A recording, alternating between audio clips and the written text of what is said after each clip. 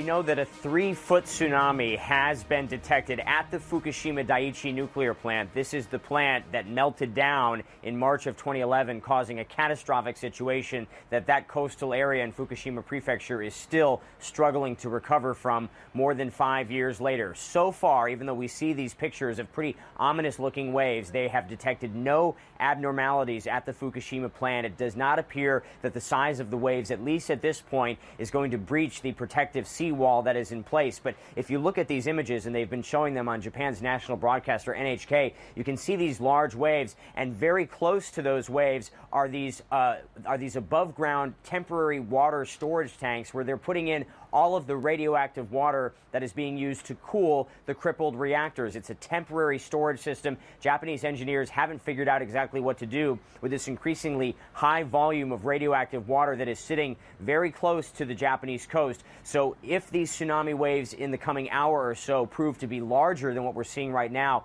that could be one potentially dangerous situation. But again, no abnormalities at the Fukushima Daiichi nuclear plant right now. However, at another nuclear plant in Fukushima Prefecture, Fukushima Daini, this is a separate plant. We have just learned within the past few minutes that the cooling operation in one of the reactors has stopped. Now, when the cooling pumps stop due to loss of power or whatnot, that is the type of scenario that led to the meltdown back in 2011. But TEPCO, the operator of that other nuclear plant, says that even though the cooling operation has stopped, they do not believe there is an immediate danger because these storage tanks can keep those nuclear rods cool for up to 7 days without power. And they're hopeful and confident that they will be able to get the cooling pumps back into operation well within that time frame. But certainly for the people living in this area who are still trying to rebuild their lives after the disaster in 2011, those tsunami waves that killed 22,000 people and caused hundreds of billions of dollars in damage,